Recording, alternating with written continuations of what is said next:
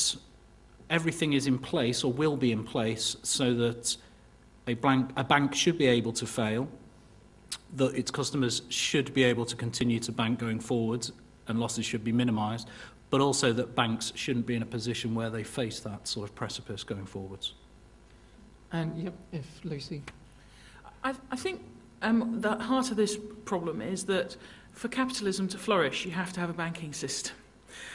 But we've set our societies up so that those banks are also profit-seeking organisations. And that's the dichotomy that we've set ourselves, and we've wobbled, and we've had a flipping big wobble when those two things come into conflict. And I think one needs to appreciate, why would the politicians focus on the consumer first? That's because societies are made up of individual human beings, and fundamentally businesses come second after human beings. It's not unrelated to the fact that politicians need human beings' votes, not businesses' votes. But I think we do have to actually step back from banks and think about the broader societal issues here, which is banking has to be a major plank of the stability of a Western capitalist society. And one of the ways in the past we've tried to achieve that is through regulation. And arguably the regulation failed to help us during the crisis. So there's a lot of work around tackling some of the regulation aspects. A lot of it is about restoring your and my confidence, if we think of ourselves at the moment as citizens, because the taxpayer has essentially said, we will shore up this element of our society that has wobbled, and we need to make it more stable and so forth.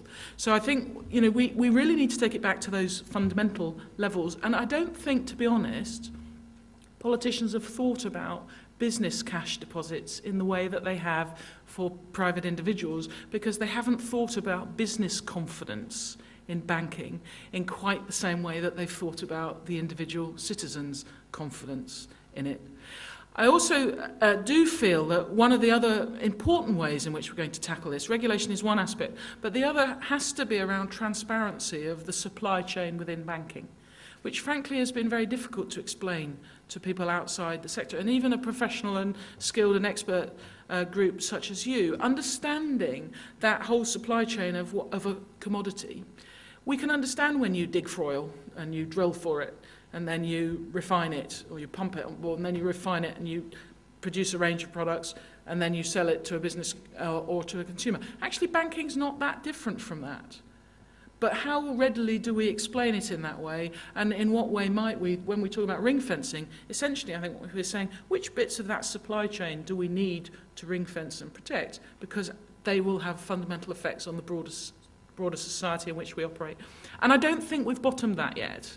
I think the Independent Banking Commission is a step towards doing that. I think a number of the steps taken by the banks themselves to get their balance sheets in order, some of the international regulation around Basel II, Basel III is another endeavour to do that.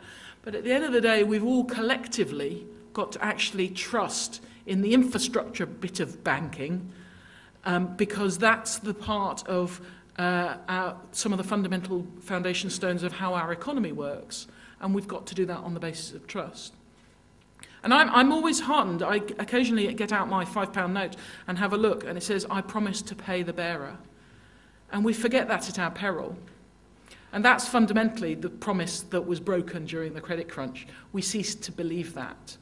And so all of these steps, I think, have to be about rebuilding confidence.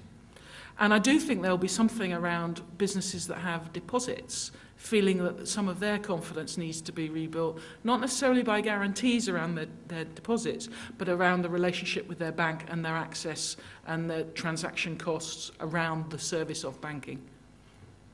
I think because of time, we'll have to move on to a new question. Does anyone else have a question? Stand up in the middle there.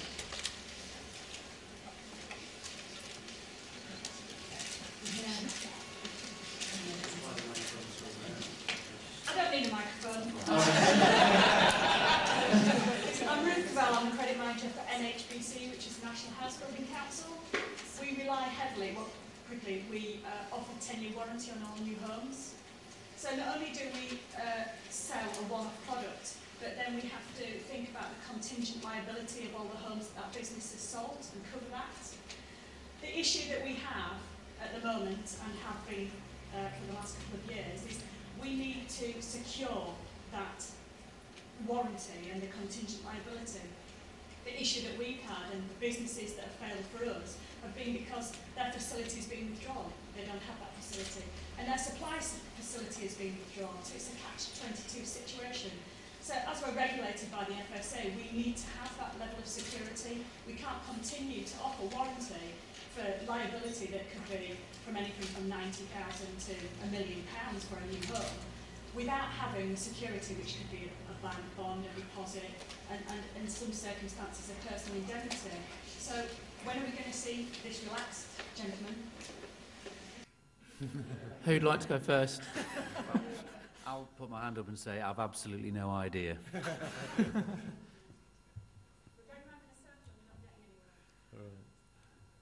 I mean, there is a problem, isn't there? In real estate, there was a large bubble, and asset values were very high. Asset values have fallen, and the certainty of the direction of house prices is not fantastically high as well. Loan-to-value ratios, the proportion of an existing valuation that was available, which was arguably at kind of silly levels, is now much more modest on a lower kind of estimate of values. So that means the available security is less to people operating in a market which is less liquid and running on thinner margins and revenues.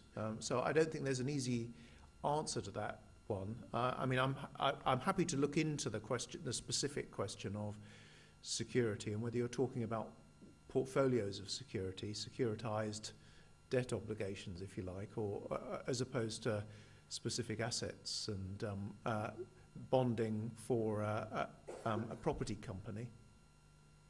But perhaps that's one, perhaps that's a more technical question.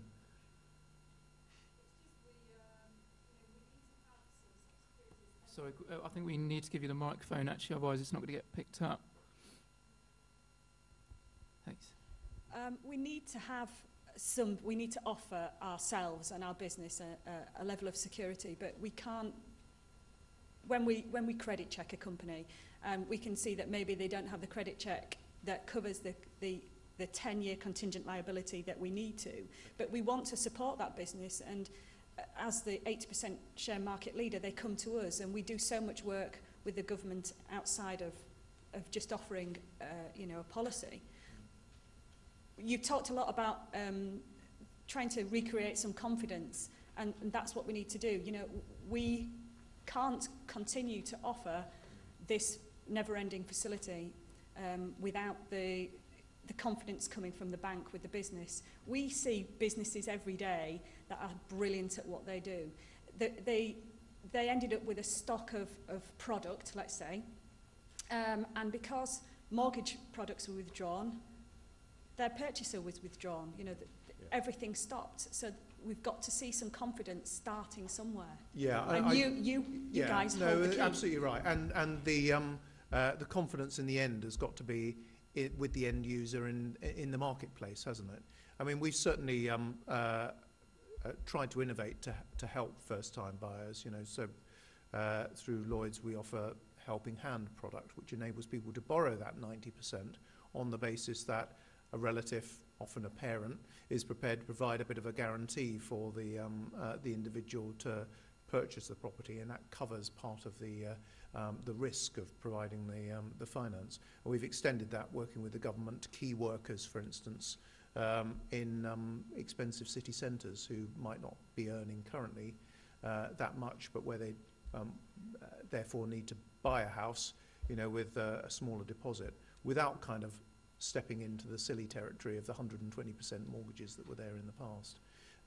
But ultimately, if people are not confident about the marketplace and are preferring to rent, then things will be held up. What I am beginning to see, though, is that there is more interest now in purchasing, and actually we're beginning to see buy-to-let come back in a bit of a way, and I think that's probably going to underpin a bit of confidence and growth shortly, because there's a shortage of rented accommodation, and we've got a shortage of accommodation in the medium term.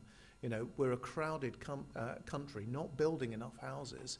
You know, you would have thought that actually, you know, this will be a good business to be in, and it still represents on the commercial business a significant chunk of commercial lending. I mean, it hasn't actually gone down in net terms. Total lending to you know, property businesses, investment, property investment and property development, it's still quite a significant It's the proportion. small to medium Yeah, in where the SME side. that have had their facility taken. So the big guys, you know, had to take a step sideways, and everybody had their facilities reviewed. Yeah, But the problem is the facility for the small to medium enterprises. yeah, yeah. Sorry, I think we've just run out of time now, Yeah, and probably I'm have. sure we could go on, so apologies. Very quickly, if I could draw your attention to the device that I mentioned earlier, which is for the straw poll vote that we're about to take. It's a simple yes or no voting, and the button number 1 is to vote yes, and number 2 is to vote no. And it's a very straightforward question. It's, do you think banks are doing enough to support businesses through the UK's economic recovery?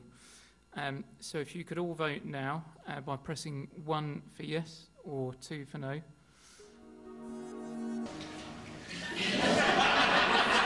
So there we have it, maybe more education to do for the guys on my left. Just very quickly, I would like to join in thanking all the panelists.